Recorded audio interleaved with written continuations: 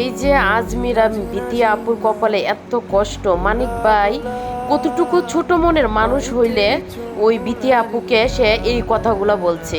নিজের বাবাকে দিয়ে সন্দেহ করা, এমনকি নিজে মা ডাকে, তার যে কুলের একটা বাচ্চাটাকেও পর্যন্ত বলছে যে ওকে তুমি আম্মু ডাইকো না, ওকে তুমি দাদু বললে ডাইকো।